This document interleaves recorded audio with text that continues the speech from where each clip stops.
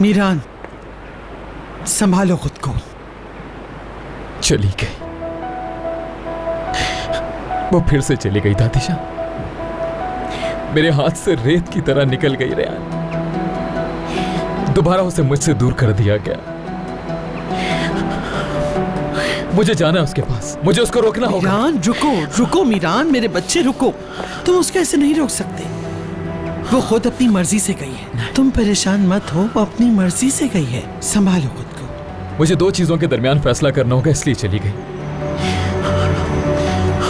मैं तुम्हारी कैफियत को समझ सकती हूँ, लेकिन तुम उसको ऐसे नहीं रोक सकते। अगर तुम ऐसे गए तो खिज़र शादुलो उसको तुम्हारे पास नहीं आने देगा।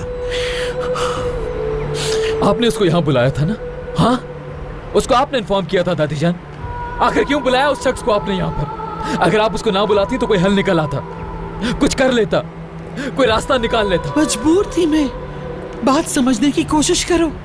एक तरफ तुम, दूसरी तरफ मेरी पोती।